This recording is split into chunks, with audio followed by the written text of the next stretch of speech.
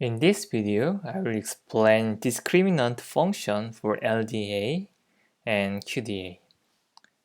Okay, so LDA is a classification algorithm that tries to find some class of your input X using this Bayesian classification rule, argmax k of this conditional distribution y equal to k for given x.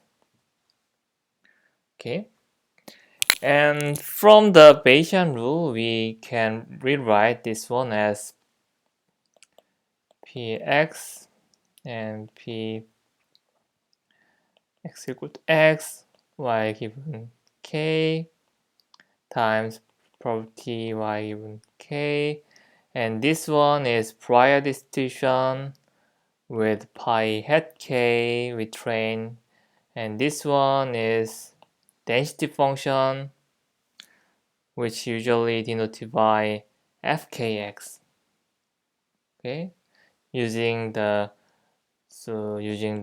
trained mu hat k and sigma hat, right? So essentially the LDA is the learning process or classification algorithm which use the density function fkx and the prior distribution pi hat k. Okay. The main assumption of the density function fk is a normal distribution, and using pi hat k and sigma hat and mu hat k, we can represent the Bayesian classification rule as follows. Argmax k pi k hat 1 over square root 2 pi sigma hat times exponential minus 1 over 2 x minus mu hat k over sigma hat square. Okay, so here we just use for t x equal to x for given y equal to k times for t y equal to k. And we do not use the denominator for t x equal to x because this denominator will be the same over whole cluster index k. So this is independent to your cluster index k, so we don't need to worry about the denominator, and we just need to care about the numerator to find out argmax value, right? So that's why this is our equation. And also there are another cluster independent constant values. This one is cluster independent, and this one also cluster independent. And this value is just a constant, right? So we don't actually use to find the argmax value. So again, we can remove this one as well, right? And let's move this one to the inside of exponential function. Then we can change the equation like this: argmax k exponential minus 1 over 2 sigma square x square minus 2 mu hat kx plus mu hat k square plus ln pi hat k. Right. And another thing we can use is exponential function itself is monotonically increasing function. Always the exponential function is increase, right? So argmax exponential sum value means argmax of the inside exponent value. So we can rewrite minus 2 sigma 1 over 2 sigma x square minus 2 mu hat kx plus mu hat k square plus ln pi hat k. One thing more we can remove. Which one? Essentially here 1 over 2 sigma hat times x square, which does not depend on your cluster index k. So we never use this first term to find out the argmax value. So here we can remove this term as well.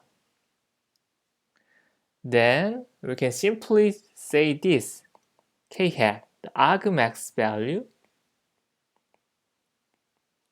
is equal to mu hat k over sigma hat squared times x minus mu hat k squared over 2 sigma hat squared plus ln pi k hat. Okay, this function is linear to x. This is linear function of x. And we only use this function to discriminate clusters. So the name of this function is linear discriminant function, and which denoted by delta kx in our textbook. And because we use linear discriminant function in the end, so we say this algorithm is LDA, linear discriminant analysis. Alright. Then what is QDA? To derive LDA, the key point was this: we will share sigma hat square over all clusters. We essentially estimate sigma hat square from all data points.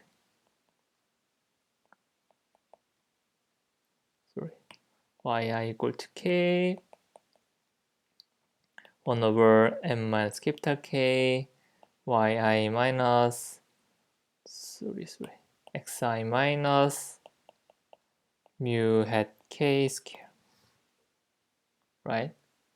But when you derive the sigma hat for each cluster independently using this equation,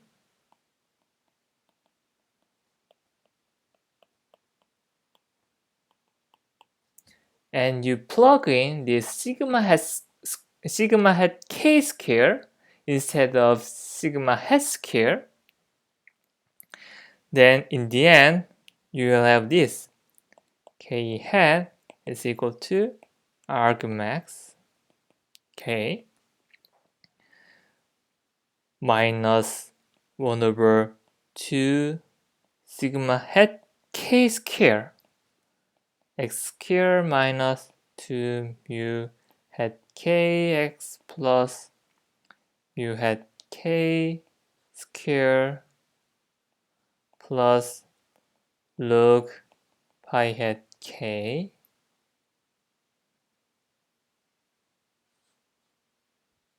minus log